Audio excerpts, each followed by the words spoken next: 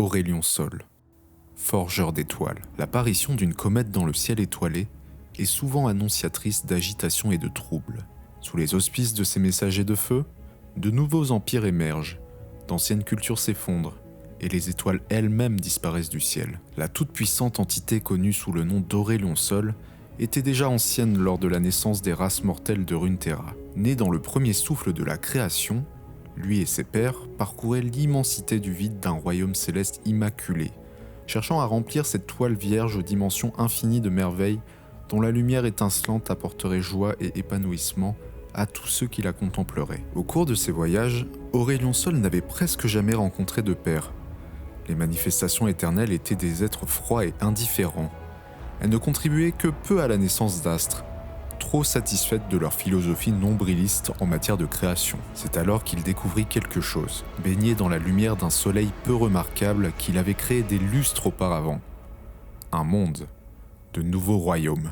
Aurélien ignorait qui avait créé ce monde, ou dans quel but. Les manifestations, qui semblaient s'y intéresser de façon inhabituelle, l'implorèrent d'aller voir de plus près.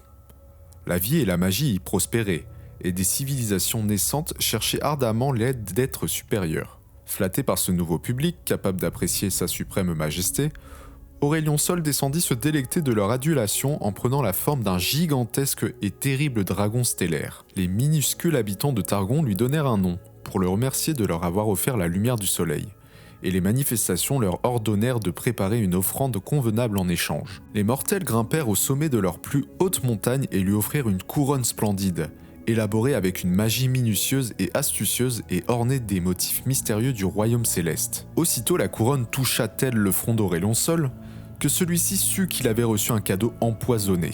Cette maudite chose serrait son crâne avec une force inimaginable, à tel point qu'il était incapable de la retirer. Il pouvait sentir toutes ses connaissances du soleil et de ses créations lui être dérobées et être examinées par des intelligences largement inférieures à la sienne. Pire encore, le pouvoir de la couronne le renvoya dans les cieux et l'empêcha de se rapprocher à nouveau de ce monde. Il fut forcé de regarder les manifestations de Targon qui l'avaient trompé faire construire aux mortels un gigantesque disque brillant. Grâce à cela, ils canalisèrent son pouvoir céleste pour créer des dieux guerriers immortels en prévision d'un conflit alors encore inconnu. Scandalisé, Aurélien Sol pouvait voir d'autres étoiles s'éteindre à travers le firmament par manque d'entretien, et il s'efforçait de se libérer du contrôle de la couronne. C'était lui qui avait apporté la lumière dans cet univers. Pourquoi donc devrait-il finir enchaîné par les manifestations et leurs misérables pions ?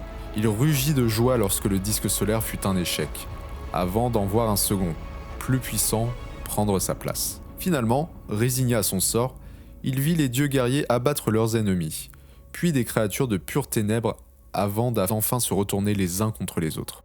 Puis dans le laps de temps du battement de cils d'un dragon stellaire, le monde fut ravagé par une succession de catastrophes magiques et Aurélien Sol sut que Targon et les manifestations qu'il avait en horreur étaient enfin sans défense. Alors qu'il faisait prudemment demi-tour, il se rendit compte que la magie qu'il enchaînait était de plus en plus faible.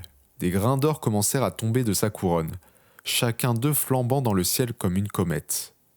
Mu par les possibilités alléchantes de liberté et de vengeance, Aurélien Sol contemple désormais Runeterra avec une fureur éternelle et bouillonnante. C'est certainement là sur ce monde que la balance cosmique basculera à nouveau en sa faveur. Et avec elle, l'univers lui-même sera témoin du sort de ceux qui osent voler le pouvoir d'un forgeur d'étoiles.